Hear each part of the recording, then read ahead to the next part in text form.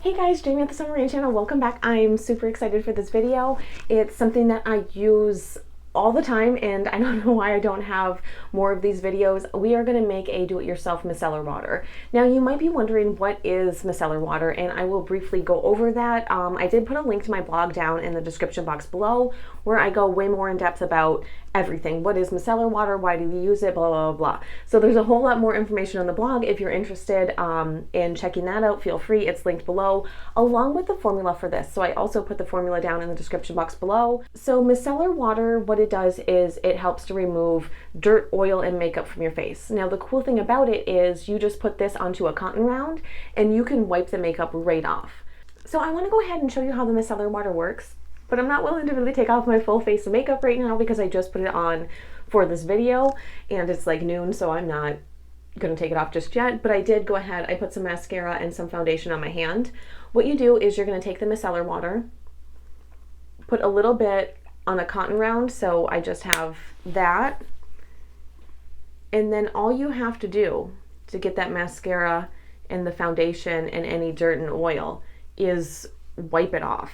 Now, it comes off really easy. I often get asked, is this something you can replace with a face cleanser? And the answer is not really. So in a pinch, absolutely. You can just grab some micellar water, get your face cleaned up. It's gonna be better than doing nothing. So I like to use micellar water kind of to get all of the makeup off my face. So I find when I wash it, like yes, I get it off, but oftentimes my mascara will still be down here and I'm not getting a really good clean face. So what I like to do is I take the micellar water, I put it on a cotton round, and I'm gonna wipe my entire face with it and kind of get all of the makeup off. From there, I'm gonna go ahead and wash my face as normal and moisturize.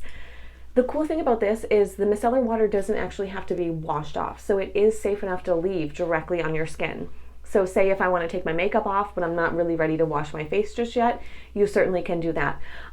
A thing that I do, and I don't know if everybody does this, I'm terrible with mascara. So even today, I'll put my mascara on, then I spray my face with setting spray, mascara gets all underneath. So what I do with this too sometimes is when I'm putting my makeup on, I'll put a little bit on a Q-tip and just wipe the mascara off to kind of clean my makeup up so I can continue with my routine so I'm not having those black stripy things. Now, I'm not going to use all of these surfactants in this micellar water, but I kind of wanted to show you the ones that, I would use in this. So the first one is decoglucoside, the second one is capryl-glucoside, and then the third one is cocamidopropyl betaine. So the first surfactant that I'm going to show you is decoglucoside.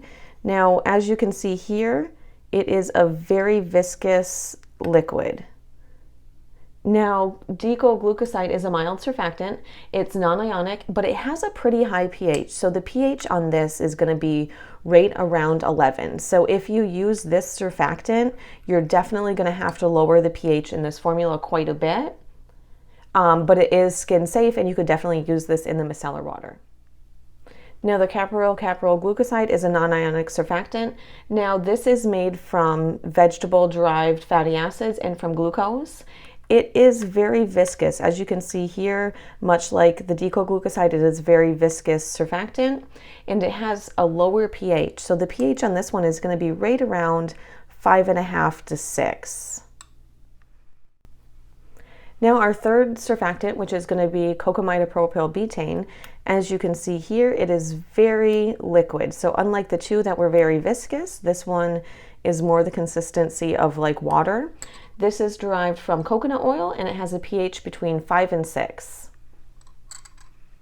So all three of these would be perfectly fine to use in your micellar water. So say if I'm using the capryl-glucoside and you want to use the cocamidopropyl betaine, you can swap it out at the exact same percentage rate. The decoglucoside, the only difference with this one is going to be you are going to need to lower the pH just a little bit more in your formula than you would if you use the other two. But all three are going to be safe for your skin and for your face.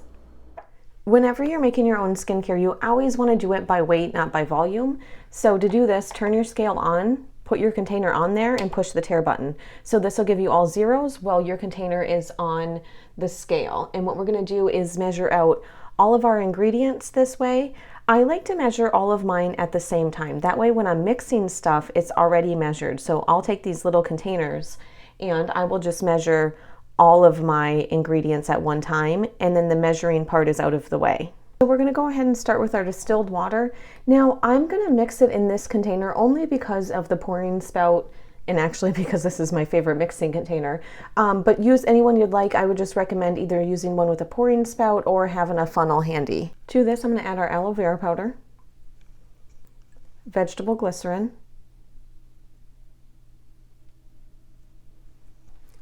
and my surfactant.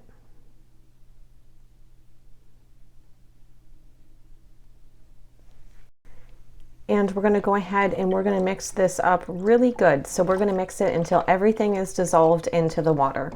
Now you'll notice that the water has discolored just a little bit.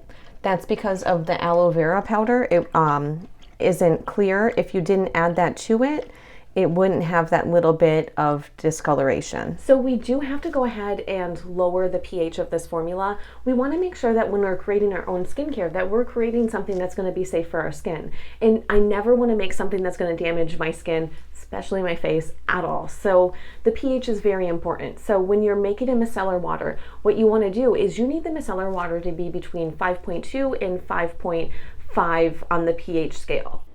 Now, when you are making micellar water, something that you do have to have is a pH tester.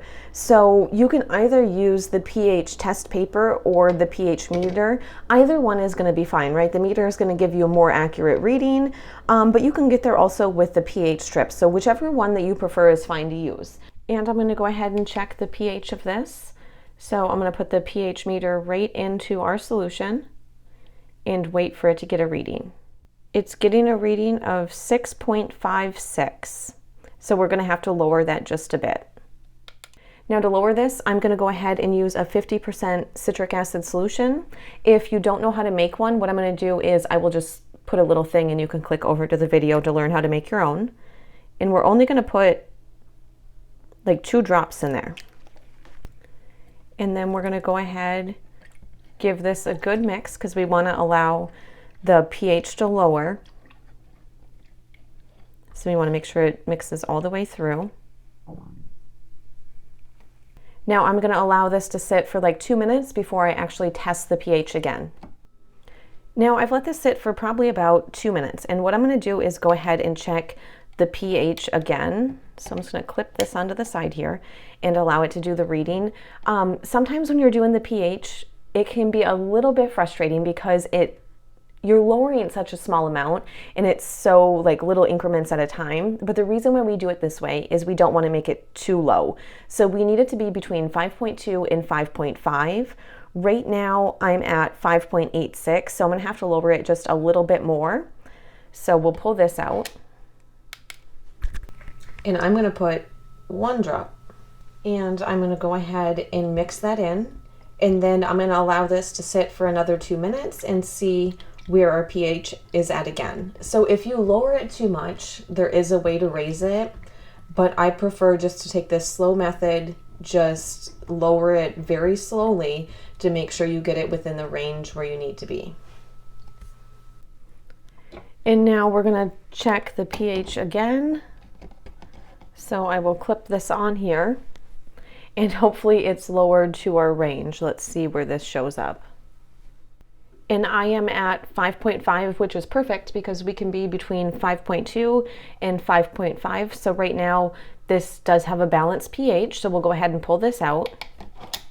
So just like I say in all of my other videos, I get asked a lot if you have to preserve a formula, like if you can just pop it in the fridge or something. But let's be honest, popping this in the fridge and then putting it on your face is not going to feel very good. Also, you're going to grow a lot of nasty stuff in here, right? Anytime we are using water in a formula, you open up the risk of bacteria and mold and all kinds of gross stuff growing in your formula. That's why we have to use a preservative. It's not really a step that you can skip, and there are many preservatives to choose from. I'm going to go ahead and show you 2 of my favorite. Now you have choices on preservatives. These are the 2 that I'm probably the most familiar with, and I use them quite often in my formulas. So what you want to do is go ahead and choose the preservative that works best for you. I just wanted to kind of show you 2 different preservatives that I use quite often. Now the first one is going to be Germall Plus. Now this preservative is a very viscous consistency. Now the second preservative that I use quite a bit, and I'm actually not going to be using this one today, but you certainly could use it, is Optifin Plus. Now this is a whole lot more liquidy than the Germal Plus is. So as you can see, the Germal Plus is really thick and the other one is awfully liquidy. Into this, we're going to go ahead and add our preservative.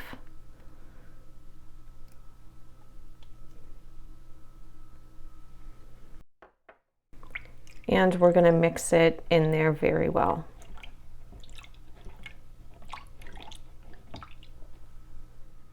Now I'm going to go ahead and grab the container that I'm going to put it in. I like these ones with the flip top because it's easy to dump this out onto a cotton round. And we're just going to pour our micellar water right into our container. And this is why I love this pour spout. And once you have it in your container, you just pop the lid on.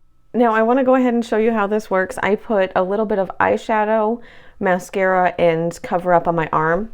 The mascara is really highlighting my arm hairs, so that's awfully embarrassing. But I just want to show you how this kind of comes off, and I want to show you that all of this is dry.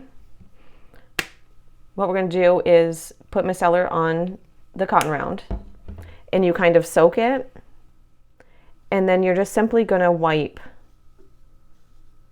to get it off. And I kind of want to do half of it so you can see there how quick and easy this will remove the makeup from your face. And look at all of that on the cotton round. I hope you enjoyed the video. I hope you enjoy making and using your micellar water as much as I did. Bye!